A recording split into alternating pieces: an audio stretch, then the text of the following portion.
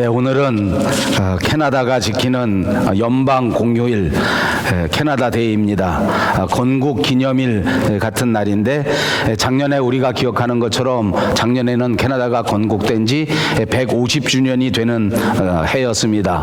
그래서 전국적으로 아주 큰 행사를 여러 군데에서 많이 했었는데, 그러니까 올해는 그보다 1년 더 뒤인 건국 151주년이 되는 것입니다. 이 캐나다 데이에는 이런저런 여러 가지 행사가 있는데, 그 중에서도 특별히 하이라이트가 되는 것은 저녁에 이루어지는 불꽃놀이입니다. 제가 살펴보니까 밴쿠버 전역에서 또 코키틀람에서도 또 이런저런 곳에서 다 이 불꽃놀이를 보실 수 있다고 합니다. 오늘 저녁에는 여러분 온 가족이 함께 캐나다 데이를 축하하시면서 또 불꽃놀이와 더불어 진짜 즐겁고 행복한 날이 되시기를 주님의 이름으로 축복합니다. 오늘 성경 본문에는 올바른 교회 생활이 어떤 것인가, 우리가 하나님을 기쁘시게 하는 것이 어떤 것인가, 우리가 정말로 바르게 예수 믿는 사람의 삶을 사는 것이 어떤 것인가 하는 것을 잘 가르쳐 줍니다. 화평함과 거룩함을 따르라 하는 말씀입니다. 옆에 있는 분들과 인사합니다. 화평함과 거룩함을 따르십시오. 예, 사람들과 더불어서 화평하는 것, 그리고 또 거룩하게 살아가는 것, 그것을 우리에게 엄중하게 명령하고 있는 것입니다. 본문 14절을 다시 보십시오. 모든 사람과 더불어 화평함과 거룩함을 따르라. 이것이 없이는 아무도 주를 보지 못하리라. 사람들과 더불어 화평하라는 것입니다. 그리고 또 다른 하나는 거룩하라고 하는 것인데, 이 화평함과 거룩함이라고 하는 것을 어떻게 설명할까? 저는 설교하면서 늘 벽에 부딪히는 느낌을 갖습니다. 이것을 도대체 어떻게 설명할 수 있을까? 여러분, 아주 쉽게 생각해서 화평하다고 하는 것은 다른 사람들과 더불어 양보하고 친하게 지내고 평화하면서 지낸다는 것을 말하는 것 아닙니까? 거룩하다는 것은 어떤 것입니까? 그것은 정반대 이야기입니다. 거룩하다고 하는 것은 구별되는 것을 말하는 것이고 서로 떨어지는 것을 말합니다. 죄 지은 사람들과는 같이 하지 않는 것을 말하는 것이고, 세상의 풍조와는 완전히 다른 삶을 사는 것을 말하는 것입니다. 그래서 이것을 어떻게 설명할까? 저는 끝없이 고민하고 또 생각하고 기도하면서 이 대목을 설명할 특별한 말씀을 생각하지 못했습니다. 다만 한 가지가 있다면 동전의 양면과 같다라고 설명해 드리고 싶습니다. 이 화평과 거룩의 개념은 결코 만날 수 있는 개념이 아닙니다. 서로 똑같은 개념도 아닙니다. 화평하고자 하면 거룩함이 깨지고 거룩하고자 하면 화평함이 깨진다고 해석할 수도 있습니다. 그러나 동전의 양면이 된다고 하는 것은 이 두 가지가 서로 합력하여 선을 이룬다는 것을 말하는 것입니다. 그리스도 안에서 화평하여야 하고, 또한 동시에 그리스도 안에서 거룩할 때에 하나님이 기뻐하시고 하나님을 볼 수 있다는 사실을 기억하시기 바랍니다. 오늘 설교에서 또 한 가지 중요한 것은, 이렇게 화평하면서 거룩해지게 위하여 또 하나님을 기쁘시게 하기 위하여 우리가 해야 할 일이 있는데, 그것은 우리가 은혜 안에서 노력하는 것입니다. 은혜와 노력도 똑같습니다. 은혜는 하나님께서 거저 주시는 것인데 우리의 공로로 이룩할 수 있는 것이 아닌데, 우리가 노력한다고 하는 것은 우리 스스로 하는 것입니다. 그런데 우리가 신앙생활을 잘 하려고 하면 하나님의 은혜가 절대적으로 필요하고, 우리는 믿음 안에서 노력하여야만 하기 때문에 이것도 또한 동전의 양면이라고 말씀드릴 수 있습니다. 자, 모든 사람과 더불어 화평하고 거룩함을 따라야 한다. 모든 사람과 더불어 평화하여야 하고 반드시 거룩해야만 하나님을 기쁘시게 하고 하나님을 볼 수 있다. 여러분, 하나님을 볼 수 있다는 것은 무엇입니까? 하나님과 관계를 맺을 수 있다는 것입니다. 하나님과의 영적인 관계가 풍요로워지기 위하여 늘 하나님을 보고 늘 하나님을 만나고 늘 하나님과 대화를 하여야만 하는데, 화평과 거룩함이 없이는 하나님을 보지 못하고 하나님과의 관계가 유지될 수 없다는 된다는 것을 가르쳐 주는 것입니다. 사랑하는 여러분, 모든 사람과 더불어 화평하시기를 주님의 이름으로 축복합니다. 예수님도 우리에게 마태복음 5장 9절에 말씀하셨습니다. 화평케 하는 자가 복이 있나니 저희가 하나님의 아들이라 일컬음을 받을 것이다. 화평하게 하는 사람이 하나님의 아들이 된다는 것입니다. 그러므로 우리는 반드시 화평하게 하는 사람이 되어야 합니다. 어디서든지 분쟁의 원인이 되지 마시고 문제를 해결할 수 있는 사람들이 되시기를 바랍니다. 어디에서든지 상처를 주는 사람이 되지 마시고 상처를 감싸주고 치유하는 사람이 되시기를 바랍니다. 어디에 사시든지 남을 넘어뜨리는 자가 되지 마시고 넘어져 있는 사람마저도 일으켜줄 수 있는 사람들이 다 되시기를 주님의 이름으로 축복합니다. 그러나 동시에 죄와는 결코 화평해서는 안 됩니다. 사단의 세력과는 결코 타협해서는 안 됩니다. 그들과는 화평할 수 없습니다. 죄와 사탄의 세력과는 믿음으로 반드시 구별되고 거룩하게 살아가야 할, 물리쳐야 할 대상이라고 하는 사실도 잊지 마시기를 바랍니다. 그렇습니다. 우리는 거룩하게 살아야 합니다. 하나님이 거룩하시니 또 우리도 거룩해야만 하는 것입니다. 이렇게 우리가 거룩해야 하는 것은 성경에서 여러 번 말씀하셨습니다. 거룩하지 않으면 결코 주님을 뵐 수가 없습니다. 그러므로 저와 여러분은 거룩하게 살아야 합니다. 거룩하게 살기 위하여 땀 흘려 노력하는 저와 여러분들이 되시기를 바랍니다. 다시 말씀드리지만 거룩함이라고 하는 것은 세상과 분리되는 것입니다. 세상적인 삶을 살지 않는 것입니다. 거룩함이라고 하는 것은 죄와는 상관이 없는 삶을 말하는 것입니다. 완전히 죄에서 떠나는 것이 거룩한 삶이라는 사실을 기억하시기를 바랍니다. 언제부터인가 우리 믿는 사람들이 거룩함을 잃어버렸습니다. 언제부터인가 하나님의 교회가 거룩함에서부터 점점 멀어졌습니다. 결국 힘을 잃고 마른 것입니다. 그러므로 이제 우리가 해야 할 일은 힘써서 거룩함을 회복하는 것입니다. 여러분, 이 화평함과 거룩함은 결단코 저절로 이루어지는 것이 아닙니다. 신앙적인 노력이 필요한 것입니다. 그러므로 오늘 저는 어떤 노력이 필요한지를 여러분들과 함께 생각해 보고자 합니다. 첫째는 본문 15절입니다. 너희는 하나님의 은혜에 이르지 못하는 자가 없도록 하라.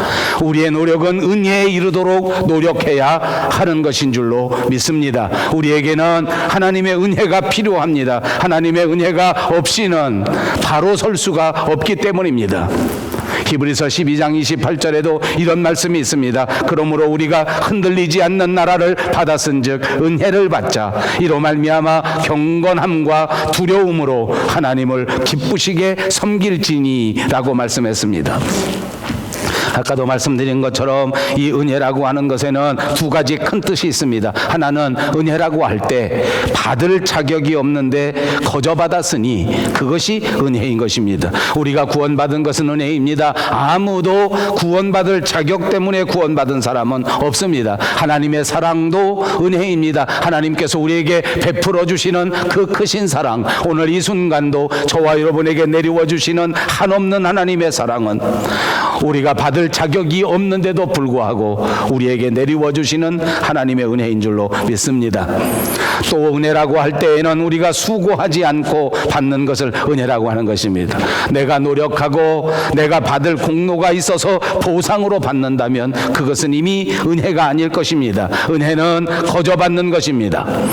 그런데 오늘 은혜에 이른다 하는 것은 학문적으로 볼 때, 문자적으로 볼 때 조금 다른 더 깊은 뜻을 가지고 있습니다. 이 뜻은, 은혜에 이른다고 하는 오늘 본문의 뜻은 내 속사람이 새로워진다 하는 뜻입니다. 내 속사람이 새로워져서 하나님 보시기에 합당할 만큼 성숙한 사람이 되는 능력, 그것을 은혜라고 말하는 것입니다. 이 은혜라는 말의 원어는 카리스라는 말을 씁니다. 그래서 이 말에서 나온 말 가운데에는 우리 은사라는 말이 있는데 우리에게 익숙한 단어 카리스마라는 단어도 있습니다. 그런데 이 카리스라는 말이 영어로 번역되면서 charming이라는 말이 생겨졌습니다. charm이 무엇입니까? 매력이 있다라는 뜻입니다. 은혜를 받게 되면, 은혜에 이르게 되면 사람들이 매력 있는 사람으로 변화된다는 뜻인 줄로 생각합니다. 여러분, 어떤 사람이 이 세상에서 가장 매력 있는 있는 사람입니까? 어떤 사람들은 생각할 때에 잘생긴 사람이 매력 있다고 말할지 모르겠습니다. 그렇지만 설문조사를 해보니까 어떤 사람이 가장 매력 있는 사람인가 하고 조사해보니 말 잘하는 사람이 가장 매력이 있다, 이렇게 말하는 설문조사를 보았습니다. 그 중에서도 말을 재미있게 하는 사람이 가장 매력이 있다, 그렇게 설문조사에 나온 걸 보았습니다. 여러분 어떻게 생각하십니까? 저도 그렇게 생각합니다. 말을 잘한다는 것은 그만큼 생각이 깊다는 것을 말하는 것 아닙니까? 말을 잘한다는 것은 그만큼 지식이 많다는 것을 의미하는 것 아닙니까? 말을 잘한다는 것은 그만큼 성숙한 사람이라는 것을 의미하기 때문에 말 잘하는 사람이 매력이 있다, 저는 동의합니다. 오늘 성경에서 말하는 매력 있는 사람은 어떤 사람인가 보니 그 생각이 건전한 사람을 가르치는 것입니다. 제가 살아보니까 사람의 생각은 사람의 생김새만큼이나 다양합니다. 어떤 일을 만나고 어떤 사건을 만났을 때 사람의 생각을 조사해 보니까 정말 천 가지, 만 가지, 천천만만 가지 생각이 있는 것 같습니다. 그 중에 건전한 생각을 가지고 살 수 있다면 그것이 매력 있는 사람이라 그 말입니다.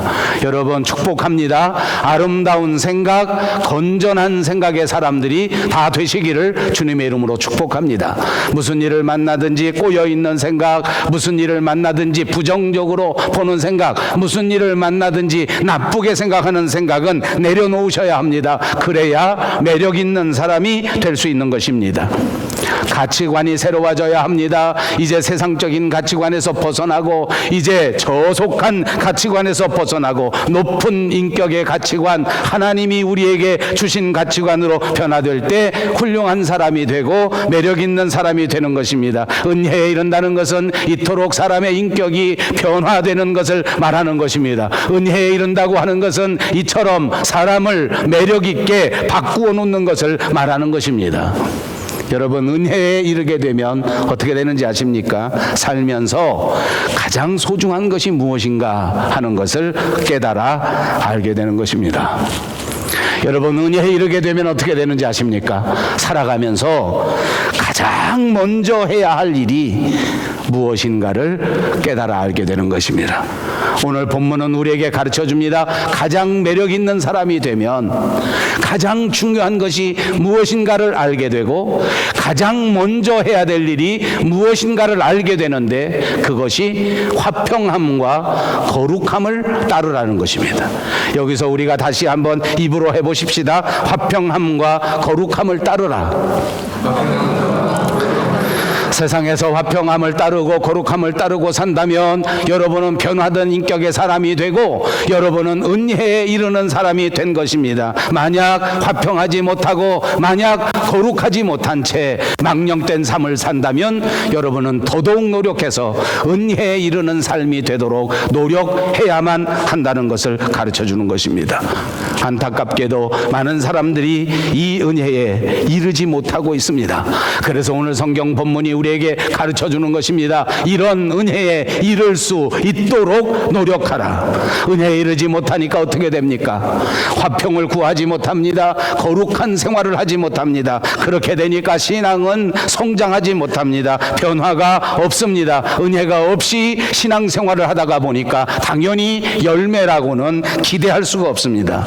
여러분 이 문제는 심각하게 깊이 생각하셔야 됩니다. 내 삶의 현장 속에서 정말 하나님 안에서 변화된 신앙의 삶을 살고 있는가? 내가 정말 가장 먼저 해야 될 가장 소중한 일들을 기억하고 있는가? 내가 정말 하나님을 잘 섬겨서 하나님이 기뻐하실 만한 열매를 맺고 있는가 하는 것에 대하여 심각하게 깊이 생각하셔야 합니다. 이렇게 살려면 어떻게 해야 됩니까? 은혜에 이르려면 어떻게 해야 됩니까? 하나님과 가까이 하셔야 합니다. 하나님과 대화하는 시간이 늘어나야 합니다. 하나님께 기도하는 기도하는 시간이 많아져야 할 줄로 믿습니다. 바쁠수록 더 하나님 앞에 기도해야 됩니다. 힘들수록 더 하나님 앞에 무릎 꿇고 기도해야 됩니다. 하나님의 은혜를 받으려고 하면 하나님의 말씀을 깊이 묵상해야 하는 것입니다. 말씀을 듣고 말씀을 묵상할 때 우리는 은혜를 받게 되는 것입니다. 은혜를 받으려면 부지런히 교회 생활을 해야 합니다. 교회 나와 섬기고 봉사하는 일에 최선을 다하시면 여러분들이 은혜에 이르는 역사가, 충만한 은혜의 사람이 되는 역사가 반드시 이루어질 줄로 믿습니다. 두 번째, 저와 여러분이 노력해야 될 것이 있습니다. 15절 하반절에 보니까 또 쓴 뿌리가 나서 괴롭게 하여 많은 사람이 이로 말미암아 더럽게 되지 않게 하라. 쓴 뿌리가 있어서 다른 사람을 괴롭히지 말라. 쓴 뿌리가 있어서 다른 사람에게 나쁜 영향을 주지 말라. 쓴 뿌리는 무엇입니까? 자신을 괴롭히는 것입니다. 자신만 괴롭히지 않습니다. 이 쓴 뿌리 때문에 주변에 있는 다른 사람들도 진짜 피곤합니다. 마음속에 쓴 뿌리가 있기 때문에 내 인격이 파괴되는 것입니다. 여러분, 이 쓴 뿌리 때문에 파괴되는 가정이 한두 개가 아닙니다. 인간관계를 해쳐버립니다. 삶의 목적도 잘못되게 만들어버립니다. 삶의 모습도 잘못되게 합니다. 우리 한국 사람에게는 한이라고 하는 감정이 있는데 이 한과 쓴뿌리가 합쳐지니까 정말 대책 없는 쓴뿌리가 됩니다. 미운 감정, 섭섭한 감정이 한하고 부딪혀서 쓴뿌리가 되면 내 마음속에 깊이 자리해서 나도 모르는 사이에 뿌리를 내리고 나도 모르는 사이에 자리를 잡고 나도 모르는 사이에 그 뿌리가 정말 왕성해져서 쓴뿌리의 열매를 맺고 만다는 것입니다. 여러분, 미운 감정, 섭섭한 감정, 이거 잘 다스리지 못하면 쓴뿌리가 된다. 명심하십시오. 서운한 감정, 섭섭한 감정, 질투하는 감정, 다투는 감정, 이거 잘 관리하지 못하면 어떻게 된다고요? 쓴뿌리가 된다고요. 그러면 어떻게 되는지 압니까? 종로에서 뺨 맞고 어디 가서 화풀이 합니까? 나 잊어버렸어요. 우리 한국 사람들은 어떻게 머리가 좋은지 몰라. 옛날서부터 이 쓴뿌리가 있는 걸 알았어요. 성경도 안 봤는데 우리 조상들이 알았습니다. 그래서 이 쓴뿌리가 있는 사람은 반드시 종로에서 뺨 맞고 한강에 가서 화풀이 하는 것입니다. 그러다 잘못하면 한강에 풍덩 빠져버립니다. 제가 목회하면서 보니까 쓴뿌리가 있는 사람은 아무것도 아닌 일에 폭발합니다.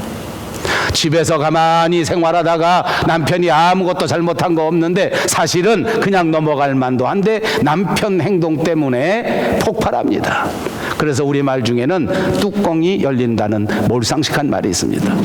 여자들은 복하면 뚜껑이 열립니다. 뚜껑이 열리면 자식들을 괴롭히지 않습니까? 뚜껑이 열리면 남편을 괴롭히지 않습니까? 뚜껑 열려서 그 가정을 파괴해버리는 일이 얼마나 많습니까? 여러분, 그러므로 오늘 성경에서 우리에게 가르쳐 준 것처럼 내 마음속을 들여다보시고 내 마음속에 쓴 뿌리가 있다면 반드시 제거하는 은혜가 있으시기를 주님의 이름으로 축복합니다. 이 쓴 뿌리를 없애지 아니하면 성숙한 인간이 될 수가 없습니다. 이 쓴 뿌리를 없애지 아니하면 다른 사람과 화평하지 못합니다. 이 쓴 뿌리가 없어지지 아니하면 거룩하게 살아갈 수가 없습니다. 누구를 막론하고 자기 스스로의 마음을 살펴보셔야 합니다. 그리고 그 쓴 뿌리를 찾아내십시오. 반드시 빨리 해소해야 합니다. 은혜를 받으면 이 쓴 뿌리가 없어집니다. 은혜를 체험하면 이 쓴 뿌리를 볼 수 있습니다. 은혜를 충만하게 받으면 이 쓴 뿌리를 뽑아내고 치료할 수 있을 줄로 믿습니다. 사랑하는 우리 밴쿠버 영성교회 모든 성도님들이 반드시 이 쓴 뿌리를 뽑아내고 깨끗이 해결하고 치료하는 위대한 역사가 있으시기를 주님의 이름으로 축복합니다. 세 번째, 노력할 것이 있습니다. 성도의 신분을 잘 지키고 있는지 16절을 보십시오. 음행하는 자와 혹 한 그릇 음식을 위하여 장자의 명분을 판 에서와 같이 망령된 자가 없도록 살피라. 노력해야 하는데 음행하는 자가 있어서는 안 되고 망령된 자가 있어서는 안 된다 하는 말입니다. 그렇습니다. 오늘 성경 본문은 음행하는 자를 경계합니다. 이렇게 음행하지 않도록 우리가 노력해야 한다고 말씀하고 있습니다. 음행을 버려야 합니다. 이것은 우리 성도의 신분에 결코 맞지 않기 때문입니다.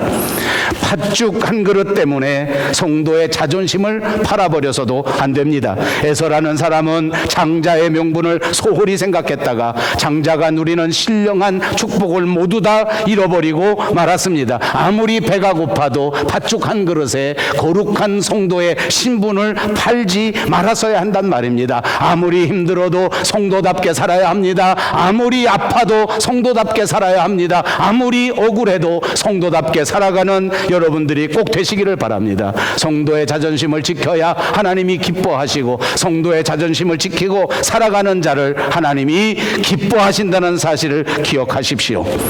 우리가 받은 이 성도의 신분은 이 세상 그 어떤 것보다도 귀하고 존귀한 줄로 믿습니다. 여러분, 과연 여러분들은 이렇게 받은 아름다운 성도의 신분을 어떻게 취급하고 어떻게 간직하고 계시는가 묻고 싶습니다.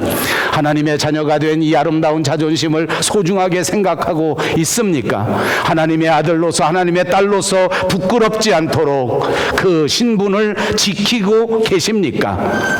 짧은 쾌락 때문에 성도의 자존심을 잃어버리지 마시기를 바랍니다. 없어지고 사라질 명예 때문에 그리스도인다운 자존심을 내려놓지 마시기 때문입니다. 돈 때문에 성도의 자존심을 잃어버리지 않는 저와 여러분들이 되시기를 바랍니다. 사랑하는 여러분, 거룩함과 화평함을 따르십시오.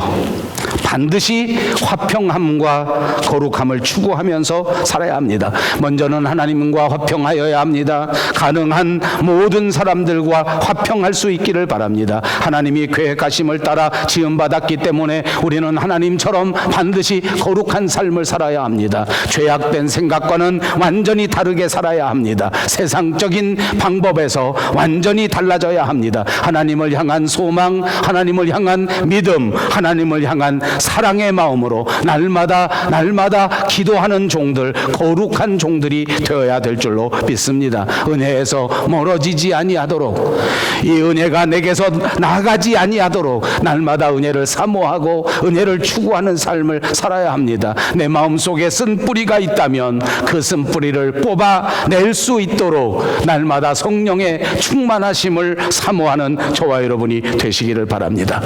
내 마음속에 쓴 뿌리가 있지 않는가? 혹시 내 가정에 반드시 제거해야 될 쓴뿌리가 있지는 않는가?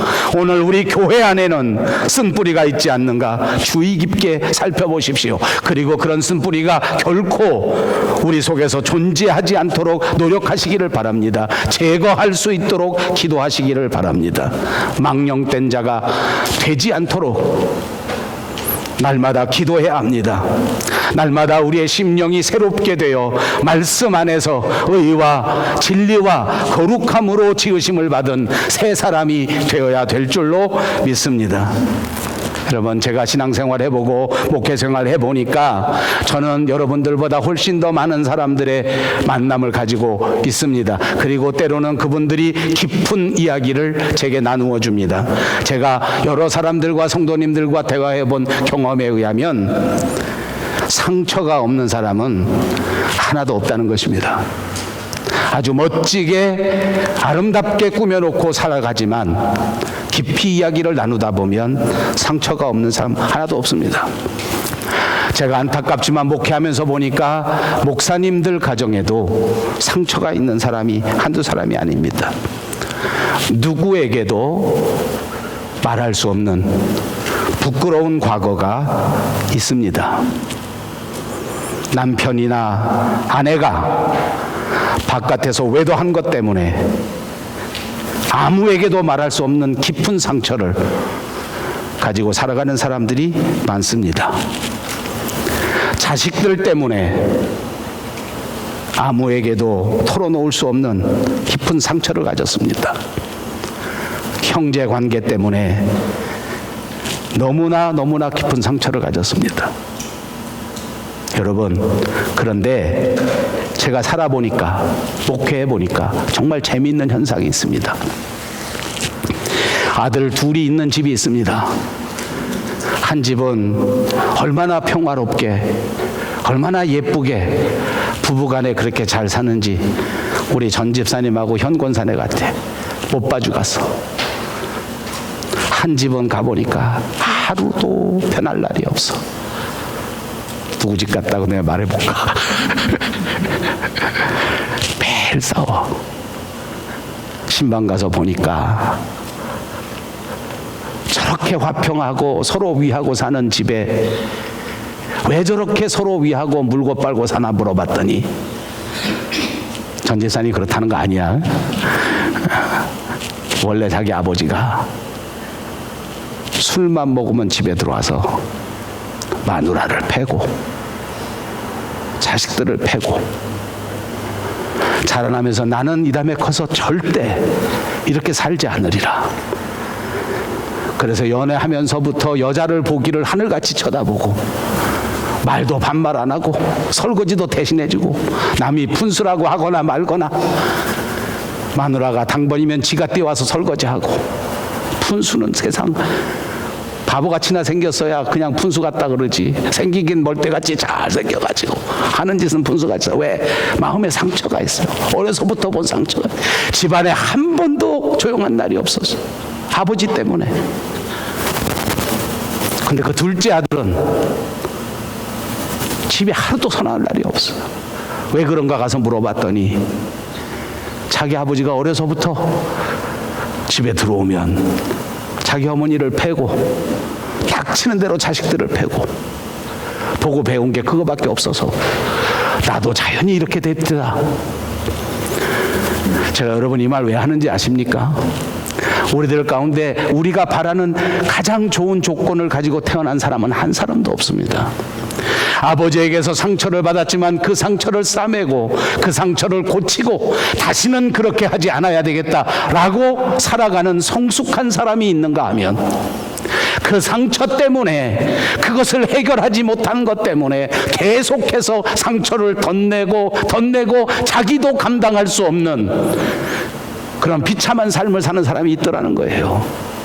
오늘 우리들 가운데 상처 없는 사람이 누가 있겠습니까? 그 상처를 주의 말씀으로 깨끗하게 치료하고 다시는 그 상처 입지 아니하도록 든든하게 만들어서 행복하게 거룩하게 살아갈 수 있는데 이 상처를 그냥 놔두고 그것이 하나고 겹쳐져서 쓴뿌리가 돼서 건드리기만 하면 폭발하고 건드리기만 하면 폭발하고 이렇게 더 나쁜 삶을 살아간다면 얼마나 불쌍한 사람이냐 그 말입니다.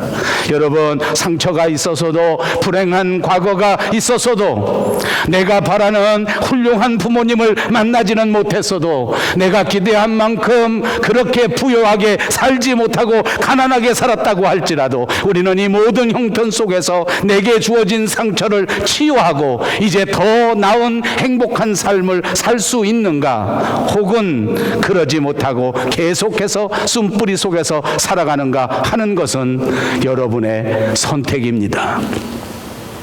오늘 히브리서 기자는 저와 여러분에게 이렇게 말씀합니다. 내 마음의 상처를 치유하라. 화평함과 거룩함을 따르라. 아멘. 기도하겠습니다. 자비하신 우리 하나님 참 감사합니다.